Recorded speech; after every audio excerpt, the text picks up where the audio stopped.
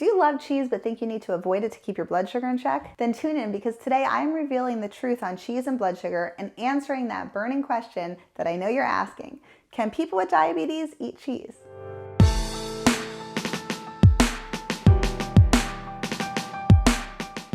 Hey everybody, Erin here with Healthy Mom, Happy Family. And as a registered dietitian and a certified diabetes educator, I have been asked so many times about cheese. Because let's face it, cheese is delicious. We all love cheese.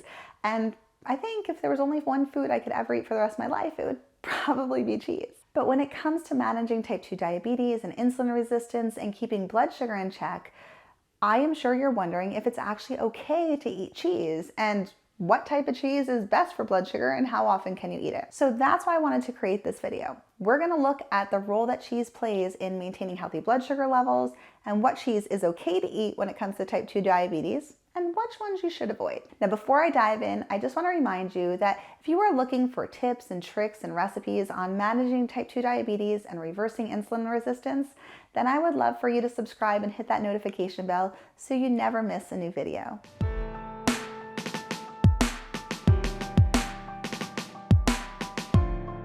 Okay, so let's dive in. Now, when it comes to cheese, you know it's delicious, but does it actually play nice when it comes to blood sugar levels? Well, cheese is high in protein and is also high in fat, but it's low in carbohydrate. Now, in fact, some cheese actually have 0 grams of carbohydrate per serving, so they are a 0 carb food. But not all cheeses are created equal. And it isn't just carbohydrate that impacts blood sugar. So I want to teach you today exactly what to look for when you're choosing cheese and what in cheese is going to benefit blood sugar and what you want to avoid so that it doesn't have a negative impact. Now, you probably already know that cheese is low in carbohydrate. In fact, some cheese have 0 grams of carbohydrate, but it can still impact blood sugar. And the reason for that is because of the saturated fat content in cheese. So research has shown that when we eat a large amount of saturated fat in the diet, it can potentially increase the risk of insulin resistance and make it harder to manage blood sugar. And that is why moderation is so important when it comes to cheese. And when I say that, I'm not telling you that you need to avoid it by any standpoint, but we do want to make sure that we're reducing our overall intake of saturated fat in the diet. Ideally, it should be less than 5 to 10% of your total daily calorie needs. So when you look at a food coming from an animal protein like cheese that can be high in fat, most of that fat is going to come from a saturated source. And that's why we want to look for cheese that has the least amount of saturated fat, but also look at our portions when it comes to blood sugar management.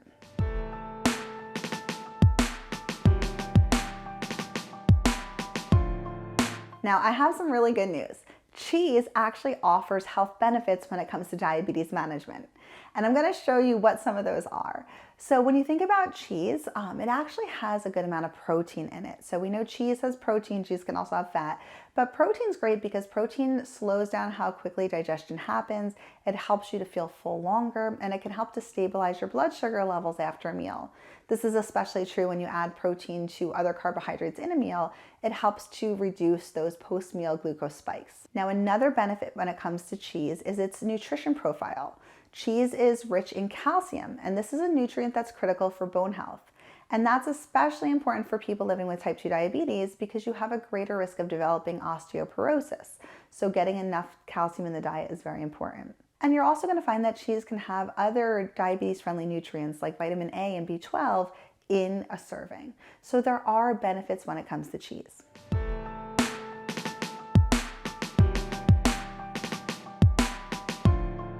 Now, one question I get asked all the time by my clients is, can I have full-fat cheese or do I have to stick with low-fat or fat-free cheeses? And when it comes to cheese and fat, it's really the saturated fat which we're worried about, right? Because too much saturated fat in the diet, that can increase insulin resistance. And there is saturated fat in cheese. It's just the nature of cheese. But what I want you to realize is you don't have to go and look for fat-free and low-fat varieties. Naturally, some cheeses have less fat than others.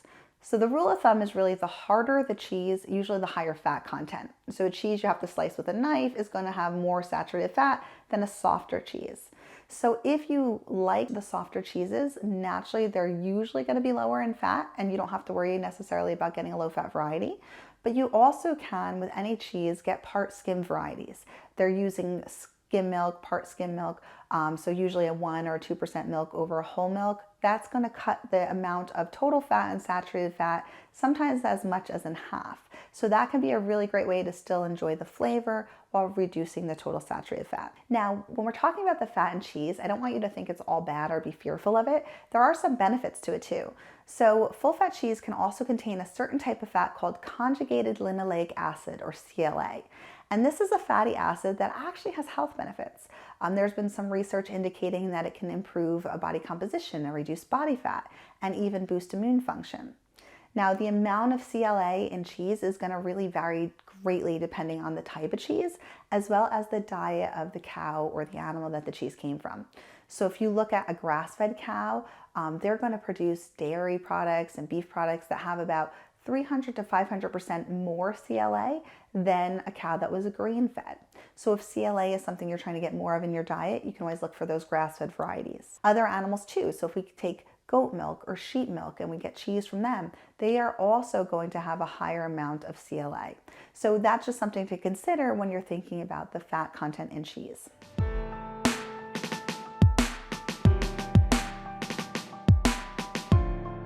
Now, I'm going to dive into the breakdown of cheeses in a minute, but I want to talk about a very important question too, for anybody who loves cheese, is how much cheese can a person with diabetes actually eat in a day and still have the health benefits?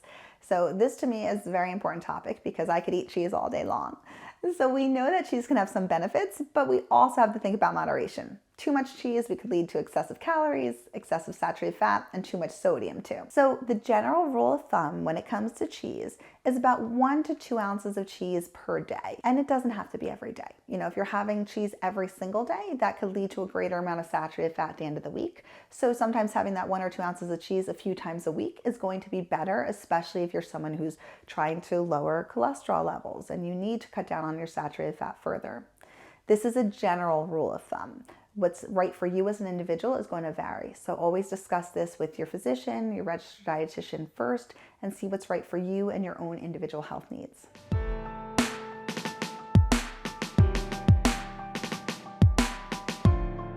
Okay, so now, the moment you've been waiting for, let's talk about the absolute best cheeses for people living with diabetes. These are the ones you're gonna want on your plate, and I'm gonna show you why they're beneficial and how you can enjoy them in your diet. All right, drum roll please. The first cheese that is beneficial when it comes to type 2 diabetes is cottage cheese. I love cottage cheese. It is so versatile, so delicious. And in a 1 ounce serving, which is about 1/4 cup, you're getting 45 calories, 6 grams of protein, and 2.5 grams of carbohydrate, which is very low, and only 1 gram of saturated fat. So this cheese is lower in fat, it's lower in calories than many other cheese, it's lower in carbohydrate than a variety of foods. And the one thing that's really great about cottage cheese too is it is so versatile. So you can enjoy it alone, but it can go into smoothies. You can use it in baked goods. You can even make ice cream out of cottage cheese, and I have a recipe for that and I will link to that below.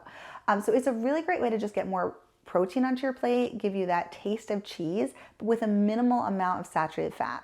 So really great option when you want to keep blood sugar levels stable, get in that calcium, get in that protein without having to worry about large amounts of saturated fat. Another cheese that I love to recommend is ricotta cheese. Now, ricotta cheese in a 1 ounce serving has 96 calories, so a little higher than when we looked at the cottage cheese, 7 grams of protein, 2.5 grams of carbohydrate, and 4 grams of saturated fat. So it's a similar texture to cottage cheese. It's similar in versatility. You can add it in a lot of ways, but it does have slightly more calories and saturated fat. So just something to be mindful of depending on how often you're using it. But it's a great option for dishes like baked goods, casseroles. You can use it in desserts. You can use it to make a variety of dishes and pasta meals too. So if you want to incorporate it as a protein source when you're having another carbohydrate. But what I would look for, especially if you're using ricotta often, is to get the part skim option. It reduces the saturated fat content slightly. It's going to have lower calories, and it really doesn't change the taste much at all. So you don't really notice the difference, and it's a great way to be able to incorporate it more often. Now, another cheese to consider is mozzarella cheese. Now, mozzarella cheese, and this I'm looking at fresh mozzarella here. In a 1 ounce serving of fresh mozzarella, you're getting 70 calories, 6 grams of protein, and 0 carbohydrate. You're also getting 3.5 grams of saturated fat. Mozzarella cheese is one of the lowest carbohydrate cheese options. So when we looked at cottage cheese and ricotta cheese, they both had about 2.5 grams of carbohydrate per serving. You have no carbohydrate in mozzarella cheese, so it's going to have little to no impact on blood sugar.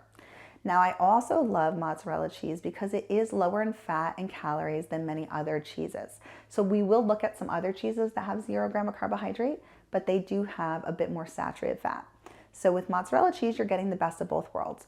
Less saturated fat, no carbohydrate, so it will have a very minimal impact on blood sugar. Another cheese I love is feta cheese.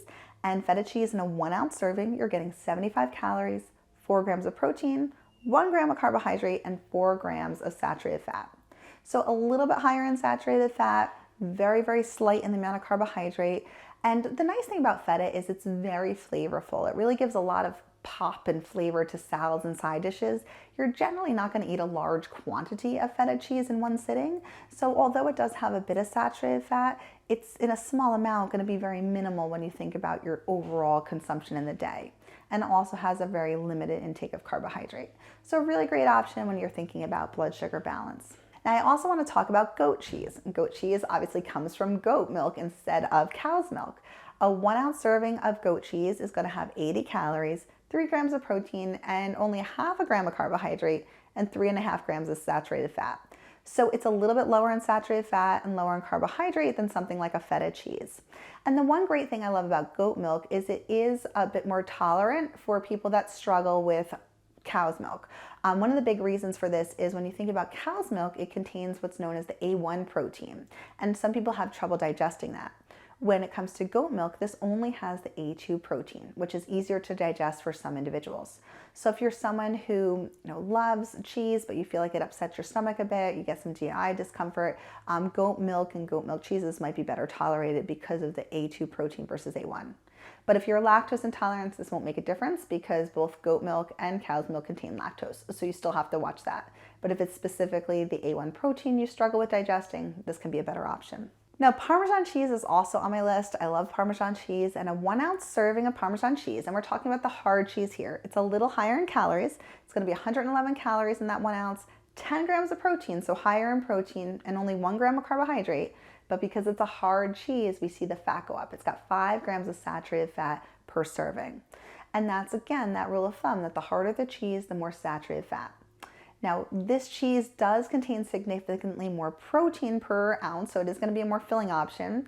And it's similar in the way that we talk about feta. It's something that usually gives a pop of flavor to a dish and not something you're going to eat a large quantity of. So generally, we can make that work if we're watching saturated fat content the rest of the day. But do keep an eye out if you're someone who's heavy-handed with the Parmesan cheese, that excess saturated fat could increase the risk of insulin resistance. So now let's talk about cheddar cheese. Cheddar cheese is also one of those harder cheeses, and a 1 ounce serving of cheddar cheese has 110 calories, 7 grams of protein, and 0 gram of carbohydrate. So like that mozzarella cheese, there's no carbohydrate in it, but it does have 5 grams of saturated fat. So it's delicious, it's 0 carbohydrate, but it does have a bit more saturated fat and calories than we see in some of the other cheeses. So portion management is going to be important here. Some cheddar cheese is great, but we don't want to be slathering our dishes with too much cheddar cheese. Something that you have every few days versus every single day might be the best choice when it comes to cheddar cheese. Or if you love it and want to have it more often, try to choose a part skim option so it reduces the saturated fat and total calories slightly. Now, Swiss cheese is another great option. A 1 ounce serving of Swiss cheese contains 100 calories, 8 grams of protein, 0 grams of carbohydrate, and 4.5 grams of saturated fat.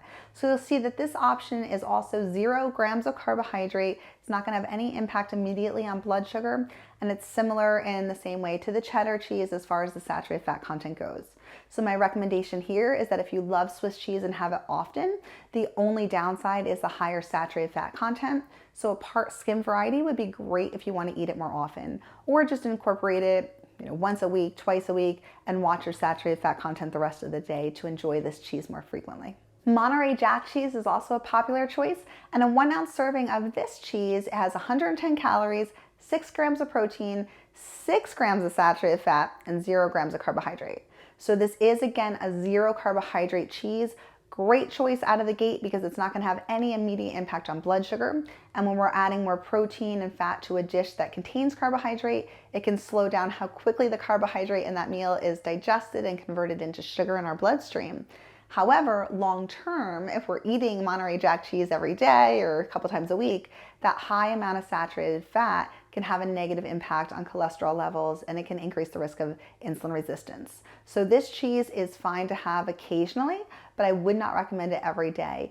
If you were having it more frequently, you can occasionally find part skim options of Monterey Jack cheese, and that would be a better choice. Still fine to eat if you have type 2 diabetes, but this would be one you'd want to eat as a less frequent option than something like the cottage cheeses or even the mozzarella cheese.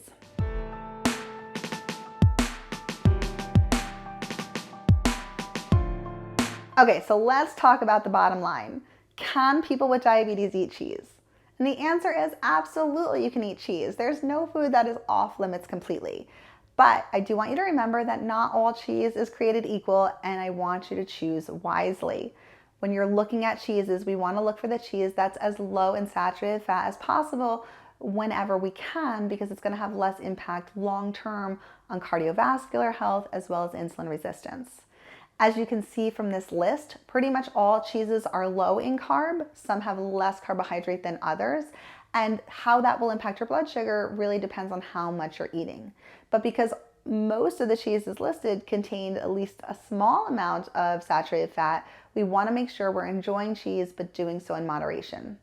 The largest portions of cheese can come from things like cottage cheese, which is great and versatile and a terrific way to add more protein to meals.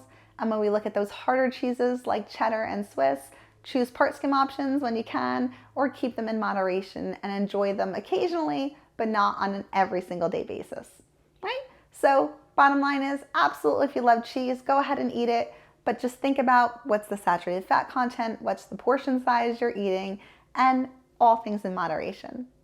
So let me know what you think. How do you feel about cheese if you're trying to manage blood sugar? Do you eat it? Do you have a favorite option? Let me know in the comments below. And if you liked today's video, I would love for you to subscribe and hit that notification bell so you never miss new tips, tricks, and recipes. Thanks so much for joining me, and I'll see you next time.